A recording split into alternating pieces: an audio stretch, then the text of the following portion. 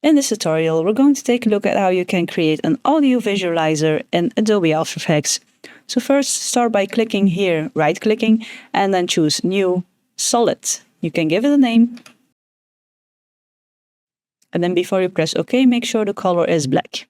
So now we have our solid. We can go to Effect here on top, or Effect and Presets here in the menu option. In Effect here, we're going to choose Generate Audio Spectrum. So as you can see now in our effect controls, we have an audio spectrum and we have to change a couple of things. The audio layer will be our music, and then the start and end point you can choose yourself.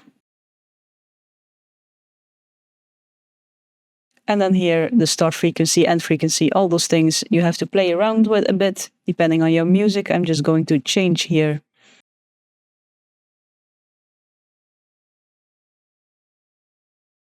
And you can also change the color. And as you can see, it's now both on top and below our imaginary line. You can change that by choosing the side options. Side A only on top, side B only at the bottom. So I want side A. And you can also choose your display options if you would like to, like that. And then in the properties window, you can also change the position if it's not where you want it to be. But now,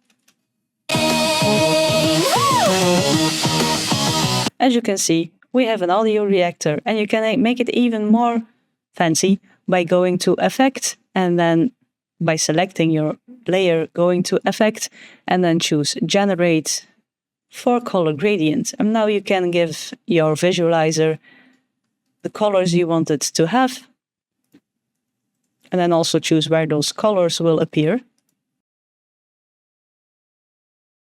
And then just like that, you have a audio visualizer with 4 colors,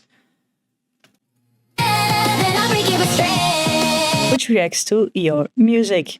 Like the video if you liked it, subscribe if you want to see more of my videos, and as always, thank you for watching, and I'll see you in the next one.